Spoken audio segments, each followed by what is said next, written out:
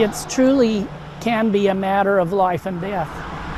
We're listening to your concerns about driving safety in the canyons. I'm Fox 13 News reporter Maitili Gubbi with how one Ogden Valley resident reached out to us worried about traction law enforcement here on Powder Mountain Road.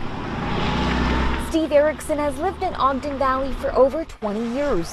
It's a very beautiful canyon to begin with, and it's relatively out of the way and great skiing. But there's an issue here on his mind that he wants someone to do something about. A number of years ago, my father had a heart attack up here, and the canyon was blocked by a two-wheel drive vehicle.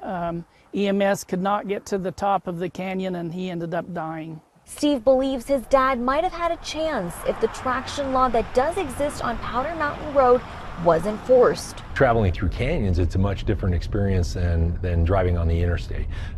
Narrow roads, twists, turns, curves that you have to really navigate, and steep incline. Traction laws mean driving cars that are all-wheel or four-wheel drive with good tires or using devices like chains during severe winter weather. So if you have a big storm that's coming through, that could really cause a dicey situation in the canyons. UDOT designates traction laws, but it's up to local authorities to enforce them. And in this case, that's the Weber County Sheriff's Office. Some of the problems we have is 4 or 5 years ago, they got rid of safety inspections. And so there's nothing regulating tires or anything like that anymore. And as law enforcement, we just can't stop cars to stop cars. But if we come to a crash or something like that, we are collecting the data on that type of stuff. Lieutenant Mark Horton oversees traffic enforcement.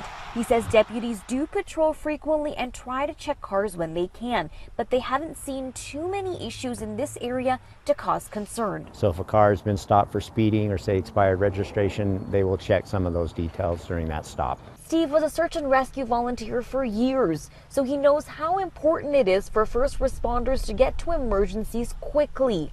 And at the end of the day, hope to remind people driving through to follow the rules. People that are driving with two-wheel drive vehicles and bald tires know the risk that they're taking.